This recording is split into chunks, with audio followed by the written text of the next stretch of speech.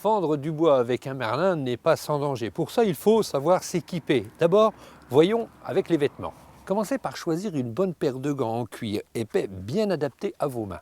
Enfilez des vêtements utilisés par les bûcherons. Ils doivent absolument couvrir la totalité de votre corps. Un morceau de bois peut tomber sur vos pieds. Utilisez de préférence des chaussures de sécurité avec des bouts renforcés. Pour la protection des yeux, il est indispensable d'utiliser des lunettes masque. Ce sont des lunettes de sécurité qui vont couvrir la totalité de vos yeux. Les lunettes de correction, de toute façon, seront inefficaces. Lorsque vous choisissez un merlin, la mise en main a beaucoup d'importance. Ici, il s'agit d'un manche en fibre de verre incassable, contrairement au manche en bois qui risque en plus de se démancher.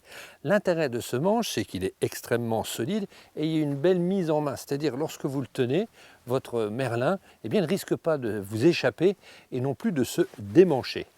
Concernant les manches en fibre de verre, méfiez-vous car dans le commerce, il existe différents manches en fibre de verre. La marque Le Borgne, les fibres de verre sont beaucoup plus importantes, le noyau à l'intérieur du manche, et rend pratiquement le manche incassable. Il existe plusieurs types de merlin éclateurs pour des utilisations différentes. Le 2,5 kg, le 3 kg sécurité et une version 3,7 kg pour des bûches de grande longueur, en acier forgé, trempé pour une meilleure résistance à l'usure. Fabriqués en France, très exactement en Savoie. Ils ont un emmanchement douille rase. Contrairement à d'autres merlins, le manche ne dépasse pas au-dessus du fer, ce qui protège l'extrémité du manche et il ne bouge plus avec le temps. Des bossages latéraux favorisent l'éclatement des bûches en évitant le coincement dans les bois denses quand la bûche n'est pas fendue directement lors du choc. Ces appuis réduits facilitent le décoincement de l'outil. Un pare-faux-cou protège le manche et atténue les vibrations. En cas de faux coup, celui-ci prolonge aussi la durée de vie du manche. Le merlin 2,5 kg s'utilise pour des bûches inférieures à 50 cm de longueur.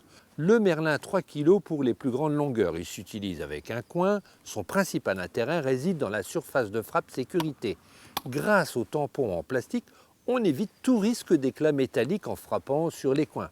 Contrairement aux autres merlins, il atténue les vibrations lors de la frappe. A noter que ce tampon va se dégrader au fil du temps, il devra être remplacé. Il a aussi la particularité d'avoir un nez d'accrochage pour déplacer ou relever les bois. Maintenant qu'on a fendu notre bois, on va le faire sécher. Alors pour ça, on va mettre 2 morceaux de bois sur le sol de façon à l'isoler de l'humidité.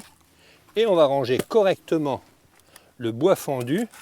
On va le conserver au sec pendant 1 voire 2 ans et c'est seulement à ce moment-là qu'on pourra commencer à le brûler dans la cheminée. Avant de ranger votre merlin, vérifiez l'état de votre outil. La partie plane doit toujours être bien plate, légèrement arrondie, et puis vérifiez aussi le côté tranchant. S'il y a eu des petites esquilles, il faut à ce moment-là la limer en respectant bien le sens de la lame, en le faisant de l'intérieur vers l'extérieur.